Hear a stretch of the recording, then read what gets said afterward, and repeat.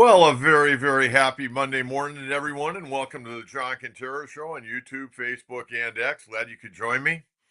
Want to break down a big weekend in the world of sports, primarily around our San Diego Padres and San Diego State Aztecs. We're going to get you in line what's going to take place this week. Final regular season week of the Major League Baseball season. Hope everyone had a great weekend. I certainly did, and I'll share some of that with you here in a minute. But as usual, want to get to business right off the top. If you're tuning in for the very, very first time, like you to subscribe to our channel, trying to build it up. Like it, turn on your notifications, and please tell a friend. Also, we started this about 3 weeks ago, I think, almost a month.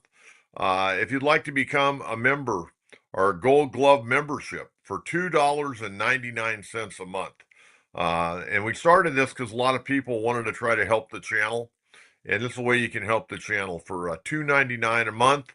You just go to our YouTube page, hit join, and we'll get you all signed up. So we appreciate any help you can give the program and the channel.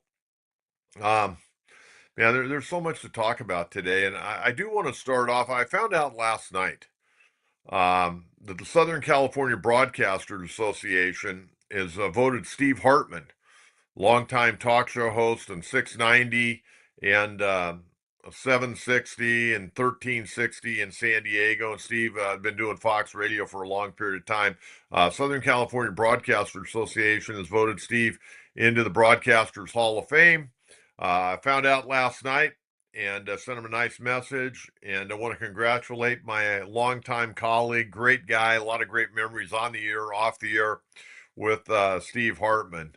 I could write a book on the relationship of Steve and Chet Forty and Bill Werndell and Lee Hacksaw Hamilton, Jim Rome. I could write an incredible book. I never will, though. But I got to tell you, I'm very happy for Steve. He's a hardworking guy. He's a great guy, and very happy for him. So I wanted to get that out leading off the program today. Boy, I don't even know where to start. There's so much going on, and what a weekend!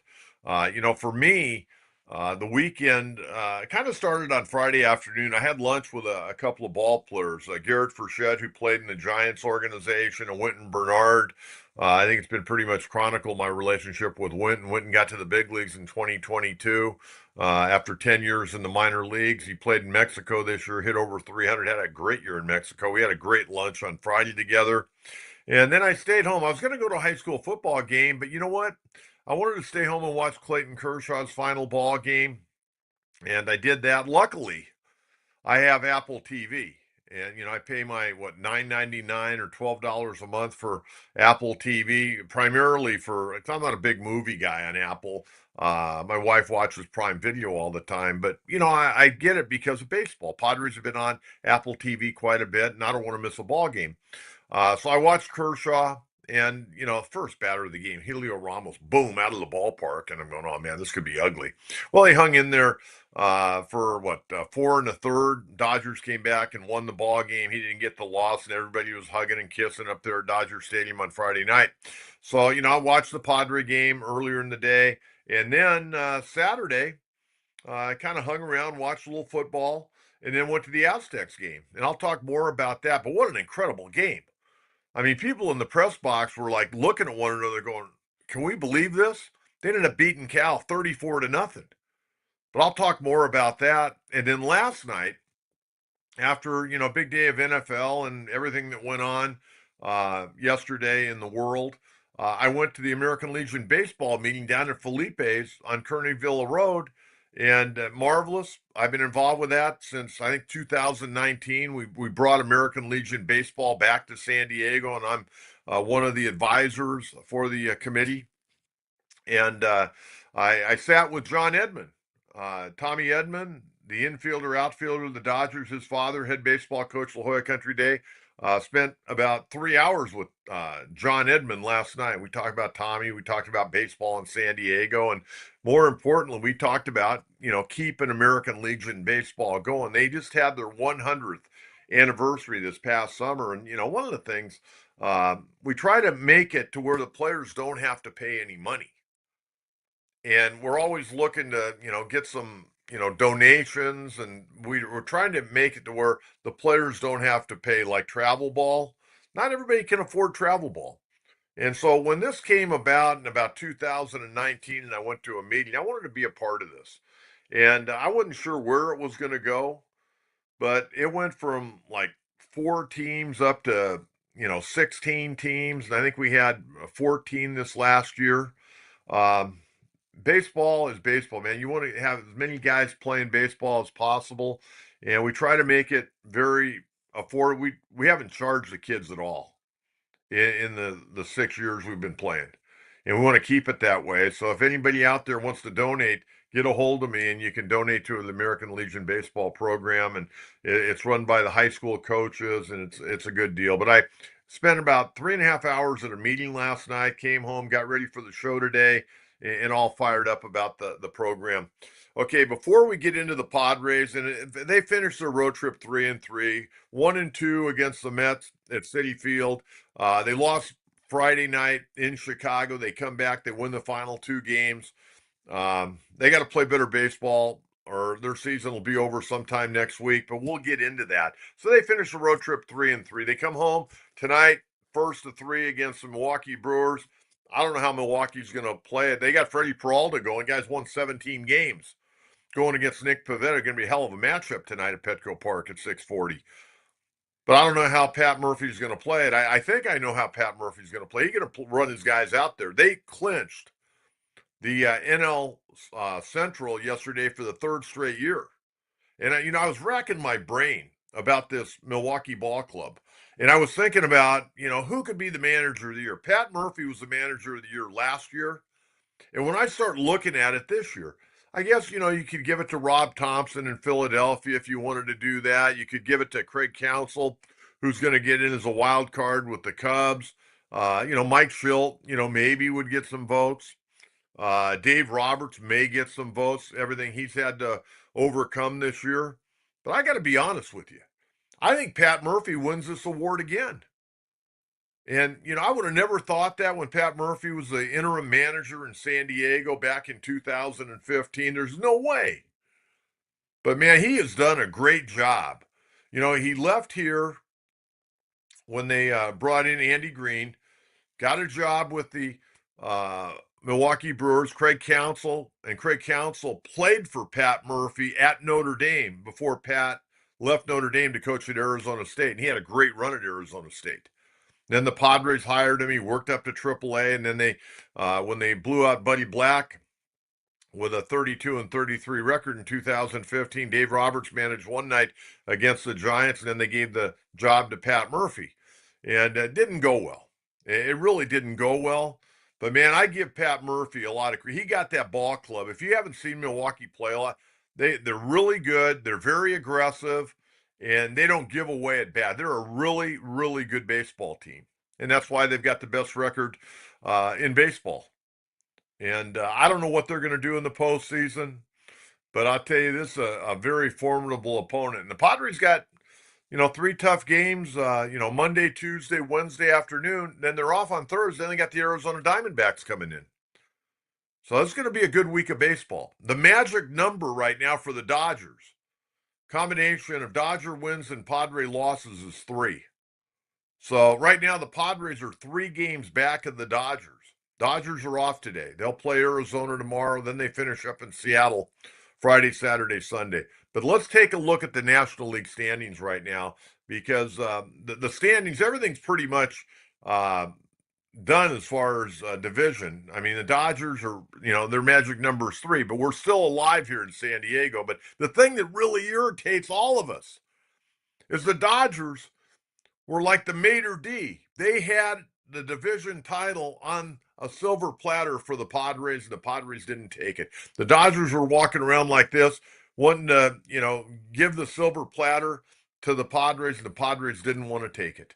But anyways, Philadelphia clinched last week. They're in. Milwaukee clinched yesterday. Dodgers, again, magic number's 3. Arizona's hanging in there in the wild card. Now let's take a look at the National League wild card, because since I left you last on Friday, things have drastically changed. Cubs are in. Right now, looks like Padres are going to Chicago next week.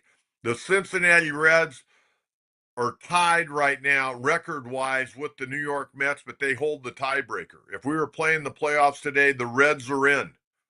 Okay? Reds would be playing the Los Angeles Dodgers at Dodger Stadium in the best of three. Mets and Reds both at 80 and 76. Now, take a look at the Arizona Diamondbacks. The Giants are out of it. They're 3 games back. They're not going to overtake all 3 of these ball clubs during the week. I can tell you that. Bob Melvin's ball club right now, they got to just want to try to finish above 500. They kind of let it slip away about 7 or 8 days ago. It looked like, man, they're really into it. But then they ran into the Dodgers and they got beat 3 out of 4 at Dodger Stadium over the weekend after getting beat 2 out of 3 last week up there against the Dodgers at Oracle Park. But look at the Diamondbacks. The Diamondbacks are only 1 game back. And you look at the Diamondbacks schedule this week, they've got 3 at home against the Dodgers. And then they finish up with 3 against the Padres here in San Diego. So, it'll be interesting to see how if the Dodgers clinch it, in the next couple of days. The earliest they could clinch it is tomorrow night. And the Padres would have to lose their first 2 games against Milwaukee. And the Dodgers would have to win. And then on Wednesday, the Dodgers could, play whoever they want to play. And Dave Roberts could get his ball club properly prepared for the postseason. Dodgers, I'm sure, are irritated because they're going to have to play in the wild card round. But nonetheless, let's take a look now at the American League. This is going to be a great week of baseball. It really is. Toronto, a 2-game lead. Look at that. Thing's going to go down to the wire. Boston's falling back. They're 5 games off, but the Yankees still pushing forward. We'll see what happens there. Detroit,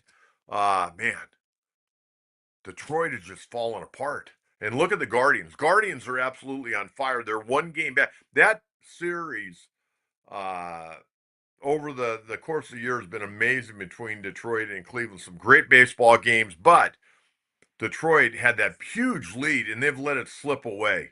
But the Guardians only 1 game back right now. Then in the West, this is looked like it was going to go down to the wire, but, man, the Mariners are playing great. Bruce Bochy's ball club kind of running out of gas. They made a great run, but now they're 8 games back, and like I mentioned, that Seattle ball club, and I said that when they were in second place. I thought Seattle, with their power in their lineup and with the starting pitching and the relief pitching, that's a team that could get to the World Series and win it. And we know Seattle has never been to the World Series, therefore they've never won it. Now let's take a look at the wild card. The Guardians, they were dead and buried, weren't they? Okay, you got the Yankees, they're in. Boston, 1 game up on the Guardians in Houston. And then the Rangers are 5 games back. And the Guardians, that's amazing. Guardians could win this division. I mean, they could win this division. In fact, the way they're playing compared to Detroit, they probably will win the division. But that'll be a lot of fun to watch this week. Okay, Padres back home tonight to take on the Milwaukee Brewers. And I don't know exactly who the Padres are going to pitch, but I know who's pitching tonight. Pavetta's going 13-5 and a 2.81. Didn't have a good outing last time out, but, man, this guy's had a hell of a year. He's going to be the Game 1 starter for the Padres in the postseason at Wrigley Field next week. Freddie Peralta, big right-hander, 17-6, 2.65, all-star this year, going for the Milwaukee Brewers. Tomorrow night, Brewers haven't named a pitcher. Padres going to go with Randy Vasquez tomorrow night, Wednesday. Milwaukee going with right-hander Quinn Priester, 13-2 and a 3.25. Padres haven't named a starter yet. I don't know. There wasn't much of an update on Xander Bogaerts over the weekend, other than we expect him to be back tonight. But yesterday, pretty much crickets on him. I know everybody was in a hurry. They wanted to win that game in Chicago. They hung on by a thread yesterday, 3-2. But I'm hoping Xander's back.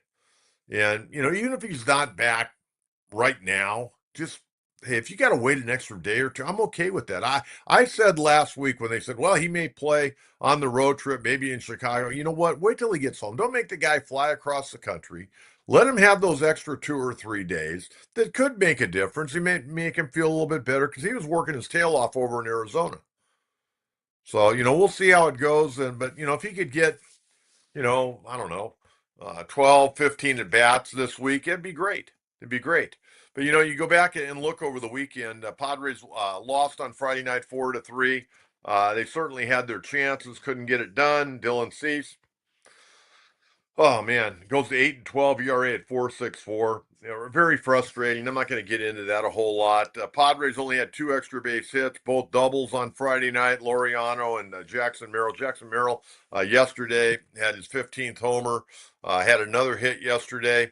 And they won yesterday 3-2, but then Saturday they won 7-3. Ryan O'Hearn got that big 3-run double that snapped a 2-2 tie.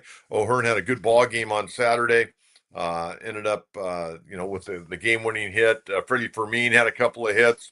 Yu Darvish, 4 2/3, 6 hits, 2 runs, 2 earned runs, no walks, 4 strikeouts.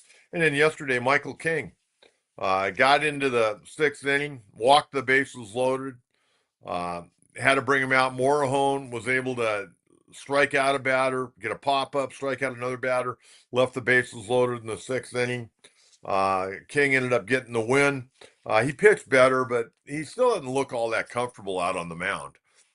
He walked 4 yesterday. In fact, the Padres yesterday, their pitching staff, this sounds like a Pony League game. They walked 9, hit 1, and struck out 11. Yet they held the White Sox to 2 runs. In fact, I was looking at the White Sox. The White Sox on Friday night, they beat the Padres 4-3. They were 2 for 3 with runners in scoring position. Saturday, they were 0 for 5 with runners in scoring position. And yesterday, they were 0 for 11 with runners in scoring position. Ouch. Man, that's not good. Not good at all. But, my question to you right now is we are getting closer. And again, I'm so irritated. I got to be honest with you. We blew it last year in the NLDS up at Dodger Stadium. And I know it's history, ancient history, but 24 scoreless innings against the Dodgers. Come on. And then this year, they're playing so bad. So bad. Everything known to mankind is going wrong from the Dodgers, and we couldn't overtake them. And I'm going to go into the offseason. I don't care what happens in the postseason. I'm going to still be irritated that we couldn't beat these guys for the division title.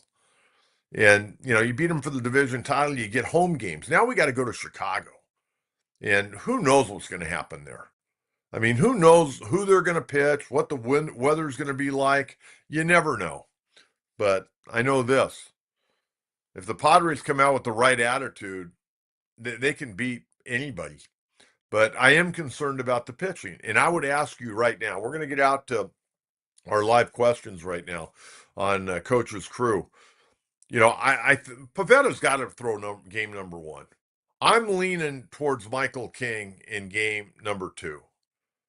And then you may disagree with me on this. I think I got to roll the dice. I think I got to go with Dylan Cease over Yu Darvish. What do you think about that?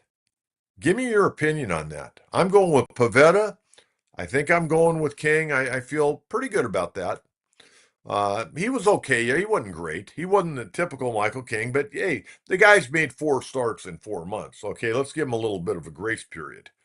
And he'll get one more start. Should get one more start this week and should be ready to go next week in the postseason.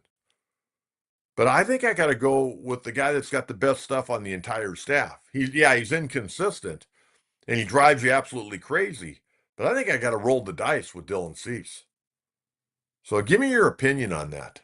But let's get out to the questions right now of what you folks have to say.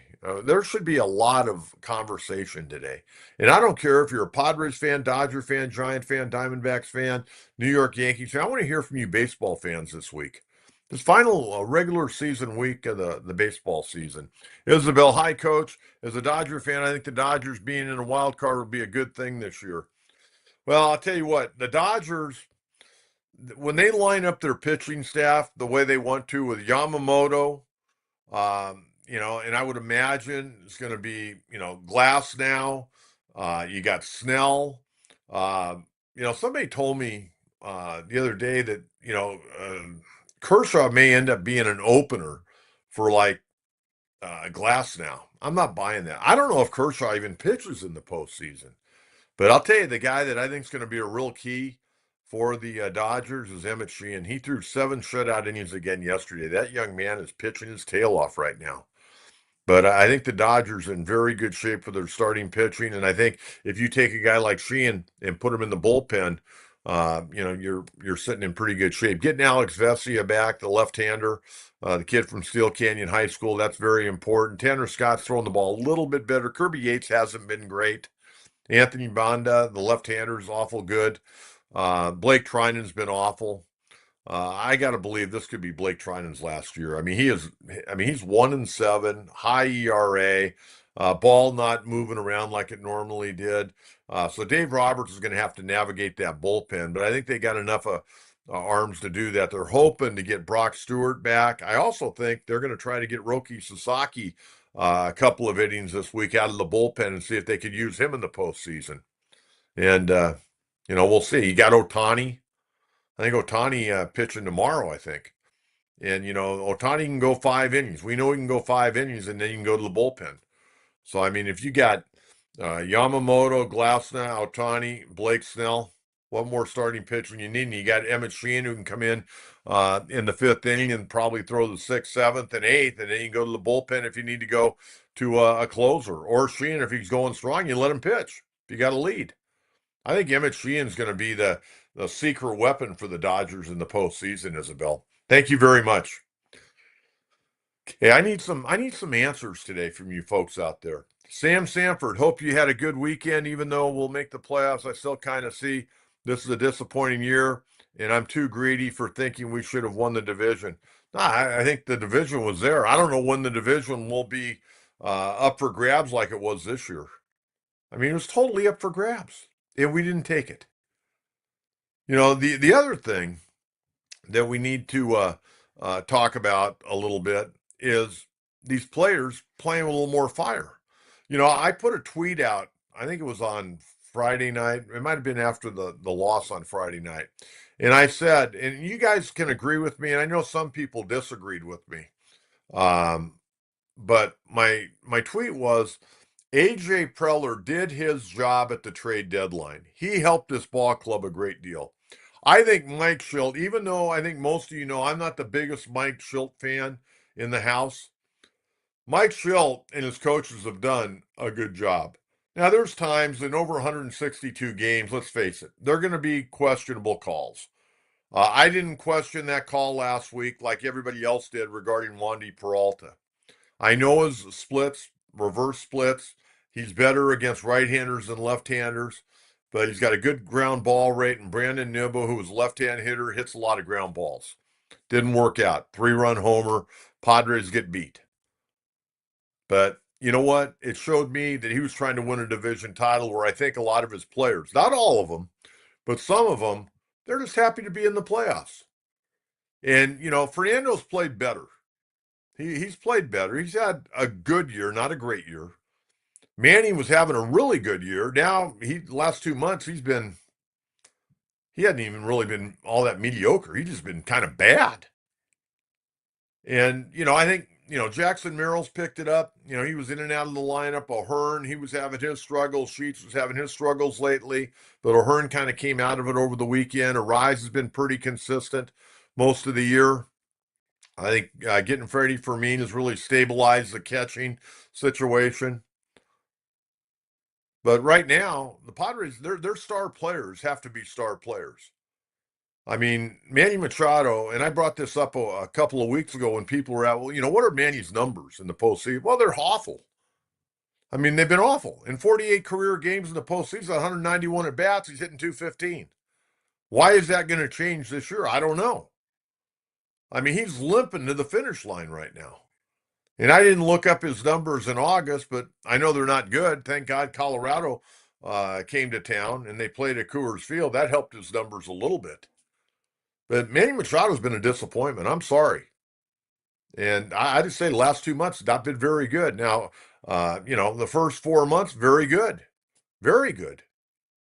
But the last 2 months, he hadn't been very good at all. But I think it is a disappointing year.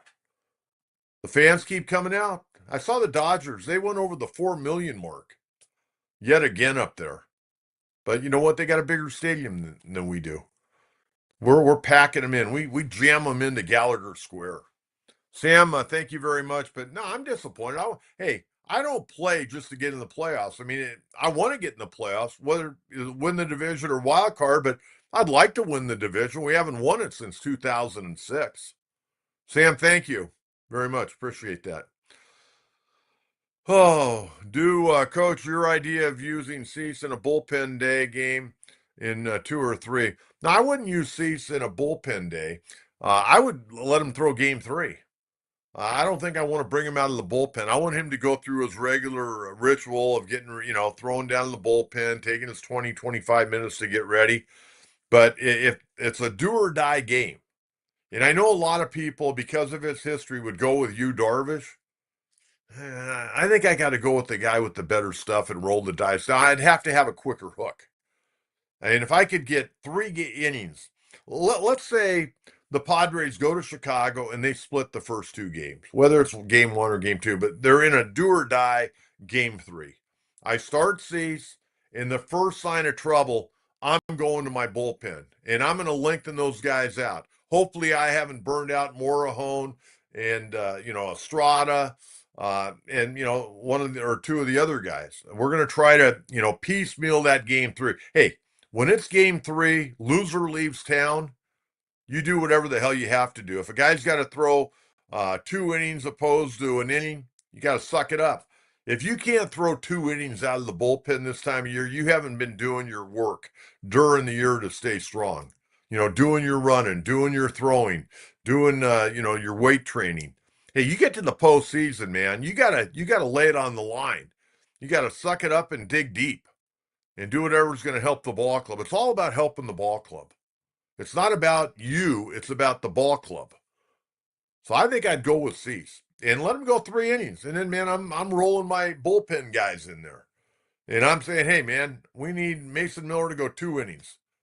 We need Wandy Peralta to go an inning. We need Estrada an inning and a third. I may have to push Suarez to 2 innings in the 8th and 9th. Who knows? You got to manage the ball game. But if it's a do or die game, I got to go with the guy with the best stuff. And if he's on, you're going to move on. If he's not, well, you're going to get ready for the golfing and vacations with the family and working out and getting ready for the 2026 season. Dude, thank you very much. Appreciate that.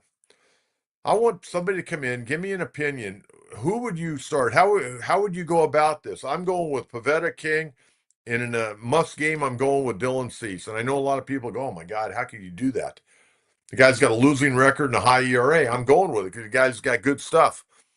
Casey King, as for my Dodgers, I see Will Smith will be out the rest of the regular season. And you think he will return for the postseason? I think they need to leave Blake Trinan off the playoff roster. You know what? They may. I mean, Blake Trinan just does not look good. And I've talked to some pro scouts that have sat behind the plate, and they said it looks like Father Time has hit him and hit him hard. He came back last year. He's had so many injuries the last couple of years. But he came back last year, did a great job down the stretch. We know about what he did in the World Series game to clinch it. But his stuff is not playing. He's trying to do too much, trying to be too fine, not good control. Ball's not moving the way it once did. You know what? Dave Roberts has given Blake Trinan every possible opportunity to get on track, and he hadn't been able to do it. And he's doing the same thing with Tanner Scott. Now, when I saw Tanner Scott throw one game over the weekend, he was a little bit less predictable. He likes to throw that low fastball and then that slider down and in the back foot to the right-hand hitter. He was starting to elevate that fastball a little bit to where the hitters are going to have to make an adjustment. But, last year he was so overpowering when he was with Miami and with the Padres. He was able to basically tell hitters what was coming, and they still couldn't hit him. But this year, not working that way. If Dave Roberts can sort out that bullpen, Dodgers are going to make a good run again, I think. Casey, thank you very much. Appreciate that. Jonathan, what are the keys to beat the Cubs in Chicago? Going to be a hard challenge. A lot of great teams in the postseason. There really are. I mean, the Cubs have not had a great second half. And, the big thing with the Cubs, uh, they got to try to get Kyle Tucker. He's had that calf injury, and that calf injury, sometimes those are really tough. Pete Crow Armstrong, their center fielder, kid from Southern California, hell of a player, has not had a good second half. Bush, the first baseman, a really good player. The Cubs really feed off their fans at Wrigley Field, and we don't know what the weather will be like. Is it going to be blowing out? Is it going to be blowing in? But I guarantee you this. They will be lathered up and the fans will be ready to go. With the Cubs, you got to just play good, solid baseball because they got guys that can launch the ball out of the ballpark. They got good pitching. Their bullpen's okay. I don't think their bullpen's great, but I think their starting pitcher is pretty good. Matthew Boyd, left-hander. Shota Imanaga. What's that kid's name? Cade Dixon. There's talk that young right-hander, Cade Dixon, could start game one. Imanaga's tough, man. He's a good left-handed pitcher. Second year he's been in the States. I'm really impressed with him. And Boyd's been around for a long time. Good, solid pitcher. That will not be an easy series at all. Dansby Swanson, their shortstop, good ball player, been an all-star, won a Gold Glove. That be it's going to be a hell of a series if the Padres show up and play. I mean, Machado's got to play. I mean, really, and I don't like to bang on Manny Machado, but if he's playing well, the Padres normally do really, really well. When he goes into the tank, the Padres normally go into the tank, unless somebody has like a career day. And it'd be nice if Fernando could keep swinging the bat. Now, Fernando's been a really good postseason player compared to Machado. And, Fernando had a good postseason last year to the last couple of games. But we'll see. It's going to be good. All those series are going to be great. It doesn't matter who's playing who in what league. They're going to be great games, because you got all the top pitchers going. I love postseason baseball. It's a lot of fun. Jonathan, thank you very much. Who should be the Padres' three starters in the wild cards? Everybody agree with me? You go with Pivetta, King, and go with Dylan Cease, or do you go with Yu Darvish? Anybody got an opinion on that? I would certainly think you've got an opinion on that. The other thing I got to bring up, and I started to talk about it, how I put this tweet out about, Preller did a great job at the trading deadline. I thought Schilt and the coaches have done a good job, and the players got to get off their ass and start playing. And I really believe that. I mean, Mike Schilt is anything but perfect as a manager. Okay, he does some odd things. And I can't sit here and I haven't had my notebook and written down every little odd thing he's done. I think sometimes he goes to the bullpen a little bit too early. Very predictable when he's going to go to the bullpen most of the time. But Mike Schultz trying to win. He's trying to win baseball games. And I'm reading on my Twitter account, people are going, oh man, Preller and Schultz ought to get fired. Schultz, man, he does weird things and all this. Mike Schultz not going anywhere. Unless A.J. Preller doesn't have his contract extended, and he's got a year to go. He's under contract through 2026. Mike Schultz under contract through 2027. He actually has 1 year more than the general manager because last year, when they originally signed him, it was for 25 and 26. And so then they gave him, or 24 and 25, and then they gave him a 2-year extension. So he'll be here barring, the team collapsing through the 27 season. AJ's contract is only through next season. But I don't think those guys are going anywhere. They've got the team in the playoffs again. And they haven't won a division title. I get that. We haven't got to the World Series. We got to the NLCS one time. But you know what? Padres going to the playoffs for the fourth time in 6 years. That's pretty good. And for us longtime Padre fans, man, it's really good. Because there were a lot of years, man, we had no chance. We had no chance, even coming out of spring training. It was only a matter of time, May, June, Padres.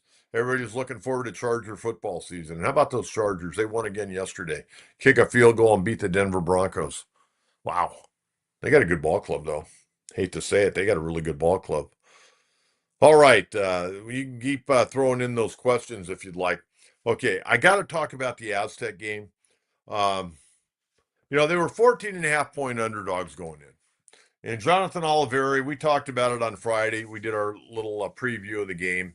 And, things were not going well. I mean, it was a really bad effort up in Washington State a couple of weeks ago. Aztecs were coming off a bye, and they come in the other night and they outplayed Cal. Yeah, I don't even know how to describe it. They flat out outplayed Cal 38 different ways. Beat them 34-0. It's the first shutout win for the Aztecs against a major conference or Power Five conference in 50 years. Last time they did it in 1975 when they played up at Oregon State and they beat the Beavers that night 25-0. I mean, I got to tell you, the defense last year, the defensive line was not very good for San Diego State. They got pushed around like they were on roller skates, and then that took away the talents in the linebacking core and the secondary. I got to tell you, the other night, the defensive line just completely outplayed the offensive line of Cal. Now, Cal the week before it won at home against Minnesota. Minnesota's pretty good. They're not bad. They're going to end up going to a bowl game this year. But Cal the other night, they just didn't have it. I don't know if they thought they were on holiday when they came to San Diego or what. But at the end of the day, San Diego State just completely outplayed them. Some big plays in that game. Dwayne McDougal, defensive back, 35-yard fumble return for a touchdown. Chris Johnson, and this was right in front of me in the press box. Chris Johnson picked off this pass from Sagapulatelli, the young freshman who had a miserable game for Cal. Really talented guy. A lot of NFL scouts actually were there. Kansas City was there watching this kid. I think the Green Bay Packers may have been there. There were 3 or 4 scouts there, and most of them ended up leaving at halftime. Well, that's kind of what they normally do. But anyways, Chris Johnson picks off this pass right in front of me in the press box. Goes 97 yards. 5th longest interception return for a touchdown in Aztec history. Gabe Placencia. I'll tell you what, the Aztecs have one of the best kickers in America. This kid has made like 16 straight field goals and set an Aztec record for dating back to the 90s on most consecutive made field goals, which is 16. He had 2 field goals the other night, and Jaden Denigal, their quarterback, it was nothing special. The offense wasn't special, but they didn't turn the ball over. And that was key because the defense won the game for the most part. But I'll get into that on the offense here a little bit about the wide receiver because they got a wide receiver at State that's really special, and I'm glad he stayed, Jordan Napier. But Denigal, the quarterback, the kid that transferred from Michigan, 15-18, 189, the touchdown. Lucky Sutton, a young man out of Cathedral Catholic, 12 carries, 61 yards, a touchdown. Christian Washington out of Helix, 9 carries, 48 yards. And Jordan Napier, this guy had a good freshman year. First few games really was a non-factor, but Coach Lewis got him really in the mix the other night. And if the Aztecs are going to win football games and move the football, this guy has to be a big part of the offense. Napier the other night had 9 catches for 154 yards. He ran in a touchdown. He had an 80-yard catch. He got knocked out of bounds at about the, 5 or 6 yard line. But he's a special wide receiver. And San Diego State, as we know, over the years have had some really, really talented guys that have played at the next level. And not only played at the next level, but starred at the next level. And Jordan Napier is a guy that's got tremendous ability. That was a signature victory for Coach Lewis the other night. Really a signature victory. He needed that. And they're now 2-1. They've got 1 game left in the non-conference schedule. They go to Northern Illinois. Now, this is where they've got to suck it up and find a way to win. I don't care if it's an ugly game, whatever. You got to go to Northern Illinois in the MAC conference. They're a good program. But you got to go there and you got to smack them in the mouth and you got to win a football game. And you've got to get home 3-1 and get ready for conference play coming up against Colorado State. And that Colorado State game is going to be on a Friday night. Don't like to see those Friday night games, and it imposes on my Friday night high school football. But Colorado State's got a good team. That'll be their conference opener. But I want to see the Aztecs come into that game 3-1, not 2-2. They've got to follow up this incredible victory at home against Cal from the ACC, I might add. They've got to follow that up with a good win on the road. And if they do that, then we're going to be feeling pretty good about the Aztecs. Got to mention USD. I don't talk USD football, but I got to give Brandon Moore, the head coach out there, a lot of credit. They beat Princeton on the road. They beat Princeton. That's a great win. They were down by 21 points, and they rolled off 28 straight points. And they won 42-35. So congratulations to Brandon Moore and the USD Toreros football program. Very nice. USC goes to 4-0. They won Saturday night at the LA Memorial Coliseum 45-31 over Michigan State. Their quarterback's playing great. Jaden Mayava, 20 of 26, 234, 3 touchdowns. Wayman Jordan, they got a running game, 18 carries, 157 yards. Makai Lemon, 8 catches, 127 yards and a touchdown. Listen to my man Pete Arbogast on my way home from Snapdragon Stadium. And the other thing, I didn't see the crowd numbers the other night. I got to look at the attendance. And I know they gave away a lot of tickets for the Aztec game, and I don't care. You can't sell hot dogs to empty seats. You can't sell Cokes to empty seats. Give away tickets to youth organizations. Get the youth in there. Get them used to going to Snapdragon Stadium to watch Aztec football. And I know they had like a flash sale of $15. They gave away tickets to season ticket holders, gave them, hey, have your neighbor come. It was nice to actually have some people in the stands. And I'm sure the players and coaches appreciated it. But it was good. It was a good college football atmosphere the other night. It really was. I don't know what they're going to do for a Friday night. Friday night game is going to be a tough sell. It's going to be a very tough sell, even though it's a conference opener. But hopefully they'll get a good crowd out there. And UCLA, boy, they had a bye. Well, the way they played like a bye most of the year. 0-3. They're going to be going on the road this week to Northwestern, Martin Stadium. They got a day game, and Tim Skipper, their interim head coach, will coach his first game with the Bruins. Okay, let's get to Coach's Mailbag. See what we got today here. User, hoping the players get extra motivation once the playoffs start because they have looked like they're going through the motions. User, I'm not going to, I can't disagree any way, shape, or form. Not all of them, but some of them. Some of them, and I said that a week ago, but then after what I saw Mike Schilt do last week in that Mets series when he was trying to win a baseball game and it backfired on him, it said, hey, you know what? This guy's managing, he's thinking, he's trying to win ball games, he's trying to win the division, where I think some of his players are just happy to be in the postseason. They don't want to do that little extra effort to try to win the division. They're just happy to go to the wild card round. Well, sometimes, you know what, folks? And I was told this a long time ago by a broadcast partner. He goes, Coach, you take these losses harder than the players do sometimes. And I think us fans, we want it more sometimes than the players. And not all the players, but there's some that are just happy. They got their numbers for this year. They're happy, and they're going to give it an effort in the post. They're going to try to turn it on. Hey, I got news for you. You just can't turn it on and off. It's not like a electrical switch. When you come in your house, you turn it on. When you leave, you turn it off. It doesn't work that way. You got to be grinding, man. You got to be grinding day in and day out.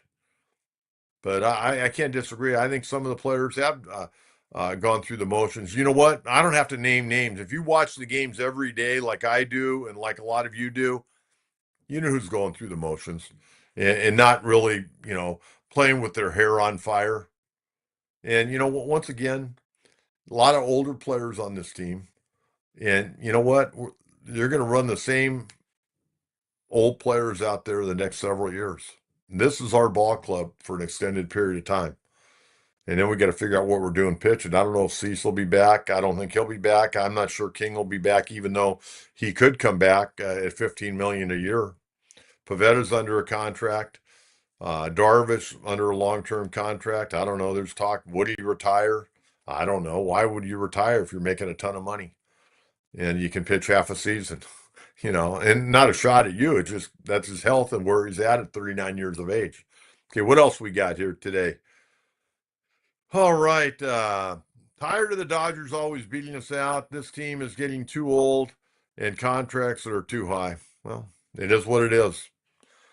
Down the road could get very ugly here in San Diego because they're going to have their hands tied. I don't know where the ownership's going with salaries. I don't know. That's why every year that passes, the window is getting closed a little bit tighter. We still got a little light by the window, but it's starting to slowly close. No question about it. I can't disagree with that. Okay, what else we got here? Joey, I would start Darvish. He makes mistakes, but he doesn't have the muscle memory down on his new arm slots, but he knows how to pitch and keep the hitters off balance. I I can't argue with you. I mean, that's a way to look at it. But I'm not sure Darvish's stuff, the way he's throwing, the lack of his real good fastball right now, even though he can change speeds, add and subtract, not sure how well that's going to play in the postseason nowadays. You got to have a guy that's throwing the ball pretty well out there and see if he's on. And again, you don't need him to go 5 or 6. You need him to go 3 or 4, maybe. And if the first signs of trouble, man, get to the bullpen. That's your bread and butter with this ball club is the bullpen, the way I see it. All right, what else we got? We got anything else today? That's it. Okay, hey, put that sign up again. The Gold Glove membership. I want to see everyone join our Gold Glove membership. Be a part of it. Tell your neighbor I'm a part of Coach Kentera's Gold Glove membership club. I pay $2.99 a month, and I'm helping Coach and Jonathan and the channel. So we'd appreciate that. Just go to our YouTube page. It'll say join. Hit on that, and you'll take you to where you need to go and get it done. It just takes a couple of seconds, quite frankly.